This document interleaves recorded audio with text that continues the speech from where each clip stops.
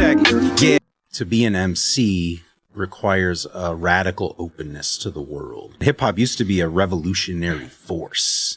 And so the MC carries that prophetic voice. Trust, it's hard earned in a cold world. Rumors of war and love turning rust. Tried many times, but my efforts got crushed. Gotta come back, blood, glory, and guts. No one said it's easy, only that it's a bust. That's why we making these real fresh cuts. If you ain't turn up, everybody build trust. I'm really glad today to have my boy Quill the Messenger up in here. Glad to be here, you know what I mean? Yeah, man. And just to talk a little bit about midlife crisis, which some of us are going through. You know what I'm saying? So I'm 48 years old. 46. 46. Who's been doing hip hop longer? Man, I started at 12. That was my first talent show, you know what I mean? So how about you? Well, I started at 12, meaning, but I didn't do my first show at 12. Oh, gotcha. You know what I'm saying? So, you know, we could debate, we can haggle over that back and forth. Yeah. But basically, man, what I want to do. I just wanted to start this off in a way. Maybe it's a good reflection for all the listeners too, and for us. What are you grateful for today? Today, man, it feels like the first day of summer. It's not officially that, but I took a bike ride to the park, posted up at a seat there, but it turned into a desk. It's one of those things you can like turn into a bench or a desk. Oh, they have that at the park. Yeah. So that's nice. I did some writing, some reading, reflecting. Yeah. That's dope, man. So very grateful for that space. I'm grateful for the same, man. I was at Phoenix Coffee outside though, you know, for the first time this year in Cleveland, Ohio. And it was a wonderful thing. So I'm curious, man, when it comes to, I know you put out an album, 2 years ago now? Yeah. Midlife Crisis. It's one of my favorite albums to rock. And soon you have a remix EP coming out. Am I right? That's right. Yeah, it's called Midlife Crysalis. Yeah. On your last album, the Midlife Crisis, the original album, which verse or hook was most kind of, I don't know, like a source for you of coping with, you know, being the age that we are as MCs and as parents and men and, you know, whatever else we are. What verse or hook is one that you've meditated a lot on? It's been helpful to you. Right. So the title song off the record is called For the Love, Midlife Crisis, in parentheses. And so the hook for that one resonated with me. It was like a meditation. You know what I mean?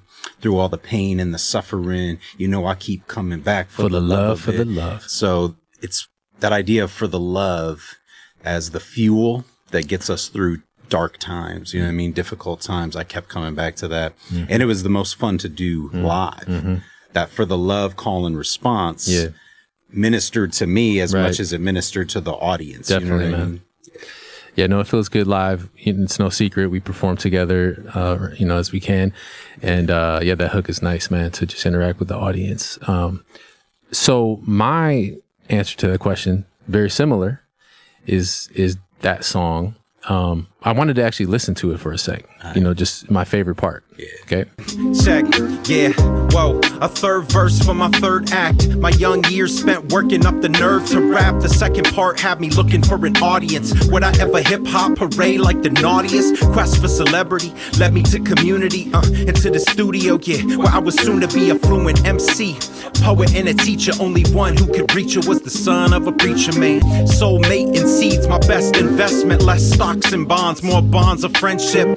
Third act now revving, all cylinders spinning, bending corners on a new beginning. Let's go. All right, hold on. We got to talk about that. So that verse that means a lot to me because you're talking about the different phases of kind of life, you know? And it just reminded me of my young years being shy, trying to like get the courage to hop on the mic, you know what I'm saying? So I definitely vibe with that a ton. What was the phase 2 then? So it was like phase 1. Working up the nerve to rap. Yep. Okay. Yep. Looking for an audience. Yeah. So the whole idea of mastering your craft, you know, in secret. Right. And then moving the crowd in public. That was the big transition, you know. So to become an MC, you got to spend that time in the secret place, cultivating your craft And there's a shyness that goes with that. There's, will this translate to anyone else other than me? Yeah. You know what I mean? Yeah. There's that fear, but there's also this confidence of like, nah, I know this is dope. I know this is going to hit with somebody. You know what I mean? So that's the transition of, adolescence to young adulthood. Right. Yeah. Cause I think my teenage life, I was so afraid to like perform, talk to people. And in my 20s, like you're saying, I gained that confidence as an MC. Yeah. And so I was just spent all my 20s and 30s, I think, looking for an audience, like trying to get my music out. Yeah. And I still haven't found one. No, I'm saying. The truth is I found an audience way smaller than I thought, way more important than I thought, More concentrated, you know what I mean? Yeah. The waves, the emanations, the effects, and the impact are broader than just a release. Yeah. You know what I mean? And so take us to the end of that verse. So you went from teenage life, young adult life, looking for an audience, then where we're at now. Right. So I've always been struck by this idea of generativity. What does it mean to produce, to create? And so you create something in secret, you present it in public, and then you remix it as you go. Yeah. And pretty soon I realized that my masterpiece wasn't just the works of art that I was creating, but the relationships that I was forming, right? So there's a shout out to my wife in there and, meeting my wife, starting a family and thinking. There's a great love song on that album, y'all. Yeah. And thinking beyond stocks and bonds, right? The sense of like American life's all about stacking, stacking, attaining, getting. And you have to realize at a certain point, life is really about offering a gift, And so thinking about that in terms of the bonds of friendship, family, legacy. And I think the album's kind of obsessed with that idea of mortality and legacy. How old were you when you started thinking those types of thoughts? Well, I've been thinking that way for a long time. I think I can even look back to youth, and I was very melancholy. I was always thinking about death, right? I lived in close proximity to poverty, and so death was happening all around me all the time. And so feeling that, resonating in that space, a bright hope comes out of that, but it's also hard, So I've kind of been obsessed with that for a long time, but to start thinking really seriously about it and facing off with my own personal fears about death, I think around 35 is when it really started hitting. Yeah. And so so one of the things you mentioned there was how music, like seeing your music as a way to build community and relationships. And you just talked about that a little bit, but I guess talk a little further, like how, looking back at your career and maybe more recently, I don't know, in the past decade, how has your music, instead of giving you fame of what we thought when we were kids, young MCs, how has that brought you relationships and expanded your own personal network of friends and connections like that? Yeah, I think just being open to applying my craft in a lot of different contexts. So once I got over my fear, I would rap on any microphone available to me, a cappella over any kind of beat you could imagine. So we'd be at a rave, for instance, right? And you think of techno at a rave, but there was like trip hop, all kinds of genres, jungle, drum and bass. And I would spit over any of it. And I think that boldness or that openness to experiment impressed some people. And I got to know a lot of cool people out of that. So that's on the musical side. I met my producer, Dave Olson, out of that space. Oh, snap. Okay. And then my partner in rhyme from Milwaukee, Greg Marshall, I met him in the context of studying literature at a university. So it was like, let's go to the open mic at the Eighth Note Cafe in the Union at UW Milwaukee and let's spit something. And it was in those spaces of, what if I tried this poem out for a Muslim audience and see how they responded? And these kinds of experiments opened me up to new conversations, new friendships, and new collaborations. That's dope. Yeah. That's dope, man. Well, it's been an honor for me to see a lot of that unfold in our long-term connection. I guess I'm one of those people that definitely our music kind of connected us. That's right. And our families. One little snippet. We met in an airport on our way to a music conference, and we could tell from a distance, like, oh, I think we're going to the same place, and I think we might be the only hip hoppers headed in that direction. So no, I remember I was like, yo, there's another hip hop head. I'm pretty sure he's going to the same place. So that sparked a long form friendship collaboration. Yeah, man. Just wanted to mention Quill the Messenger, many roles that I guess you play and that we have together. Families are friends. We live in the same neighborhood now. Yeah. But you didn't always live in Cleveland. You lived in a different Rust Belt city. That's right. Right. Milwaukee, Wisconsin. That's right. You know what I mean? Brew City. Shout out. And so now you are the director of hip hop pedagogy at Refresh Collective, the nonprofit I founded, and I'm still the executive director, of course. And also we develop curriculum through Cypher Style, and love performing together. Yeah. Oh yeah. Check the sticker. Hey. Cypher Style sticker, little promo right there. You know what I mean? So the Midlife Crisis album, I rock it. It's helping me through my midlife crisis. And kind of connected to hip hop's midlife crisis. And I don't know if you wanted to share anything along that line of how these two MC terminologies coincide. Yeah, I mean, to be an MC requires a radical openness to the world, because you're a master of ceremonies. You got to read the room. You got to know what's going on in culture and society. And hip hop used to be a revolutionary force. And so the MC carries that prophetic voice, right? But hip hop sort of devolved in lots of ways to obsessions with material possessions. You know, what can I attain? So material comfort. That's right. Ooh, material comfort is the false MC, right? The false obsession of an MC. Rappers are obsessed with that. You know what I mean? But I think breaking it down a little more, it goes back to those life stages where you have to decide at a certain point, is my life just about getting and surviving? Or is it about offering something that goes beyond my lifespan, even a legacy of revolution, a legacy of hope? So that's some of the questions at the core of this record, asking that question, like, where does hip hop go now? I heard Chuck D from Public Enemy recently say hip hop's no longer a revolutionary force. It's been completely co-opted, you know what I mean, by nihilistic messaging, drug fueled binges, all this kind of stuff, right? So all young people are knowing or being taught to rap about is death, Right. destruction. Yeah. Yeah. I wanted to know about the new EP that's coming. What was how did that come about? I mean, I'm asking the question, but I do know part of it because I think I started it. This man had a birthday party is it November or December? September. Yeah. Last September. And I was like, yo, let me take his hit single and invite some of our local producers and non-local producers and hit him up with some remixes. And so we did a little birthday party in the backyard and unveiled and played some of the remixes to For the Love. That's right. Yeah. Yeah. So you sparked it off. It does orbit around birthdays, right? I released the original album on my 45th and had a whole crew there, you know, celebrating in Milwaukee, moved to Cleveland and then celebrated a birthday here.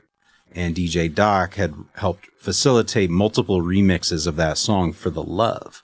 And so this EP really centers on that song, and it's got two forms of remixes. The new school form of remix, which is just a new beat and a new format for the original song. So it samples some of the original lyrics, reframes the song in that way. And for me, I grew up in the 90s loving hip hop from New York, where a remix was, yo, we got a new beat and we got new verses. We might even have a new hook. It might be a completely new song by the time we're done with it, right? So there's four of those like remixes and then one original remix where it's a new song. What's the difference on how you found courage to step into your calling in your 20s and 30s as compared to how you find courage now to continue in it?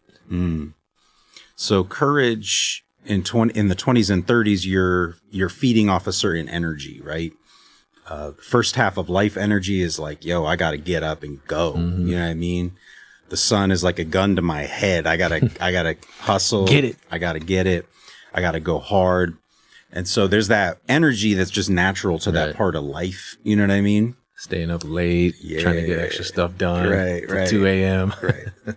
Some ways that are only sustainable for that period of time. You know what I mean? I can't do that no more. Right. And now in my 40s, it's very much courage comes from gratitude, taking time to reflect, taking space for solitude and reflection. That's where I find the courage rise up again and kind of fuel me in a more sustainable way. You know what I mean? Yeah. Where I can order my days in a way that feels full, but not overwhelming, if that makes sense. Yeah, for me, it's take a nap and then get back to it. Take a nap and I'll be right back. That's it. That's a good principle of life. I think of naps creating a non-anxious presence, NAP. You know what I mean? And I've had to learn, because I'm an anxious person, I've had to learn to become a non-anxious presence. I definitely need rest. You know what I mean? Yeah. I'm just want to meditate on that for a sec. NAP. Wow.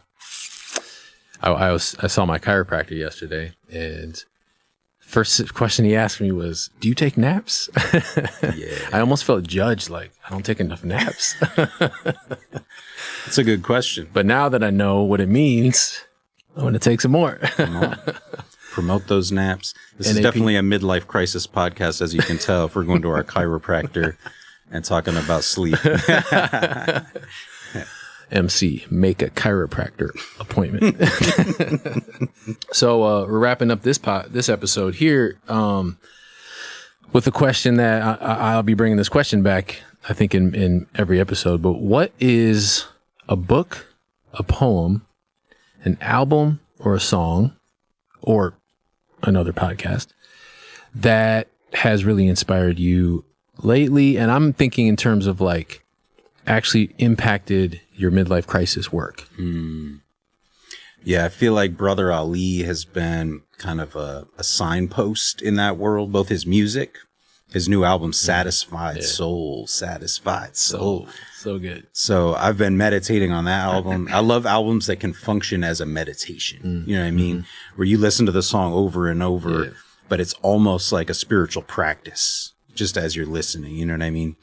And so the way he's been breaking down developmenal stages, you know, where you go from a very ego-fueled time of life to one that's more like self-assessing. What, you know, where are my motives right now? Are they pure? Are they impure? How do I figure that out? I deal with the shadows and the light. And then the satisfied soul, where your goal is to be pleasing, right? To offer something that is delicious and delightful to the world around you. You know what I mean? Yeah. So a lot of his both music and then the podcast, the Travelers podcast, where he interviews other hip hop artists and hip hop adjacent comedians and folks like that. That's been a fuel for me thinking about how do you pivot, right? Because I think his story is pivoting from record label life to independent presentations of his craft. And so the boldness and the courage to step out like that has definitely inspired me. That's what's up, man. And actually, when he visited town, we got to go see him. I felt that same vibe of like his music is building relationships, you know, and building his community. And that was really nice it's just awesome to kind of be a part of that, you know, a community like that, as opposed to just being like a fan. No doubt. You know? Yeah. That's what's up, man. Well, I was thinking, man, maybe you might like to be a co-host on the Trust Belt City podcast occasionally. You down with absolutely, that? All right, definitely. so we might have I'd to be do honored, that. you know what I mean? Man, definitely, bro. All right. Dope. Well, dude, thanks for sharing today about the album. I'm super excited. Where can we find that? When's it coming out? What should we be looking for? How do people follow you? So yeah, we'll be dropping some advanced singles off of the Midlife Crysalis, the remix EP. Yep. That should be out by September, but in June, expect the first single. Word. Quillmatic is the handle on Instagram. And yeah, look forward to you know, checking out more Dopeness of Trust Belt City. Yeah. Thanks for joining us on the Trust Belt City podcast with your boy Dee Jay Doc and Quill the Messenger. All right. Peace. Thanks, man, for being on. Thanks for having me. Yeah.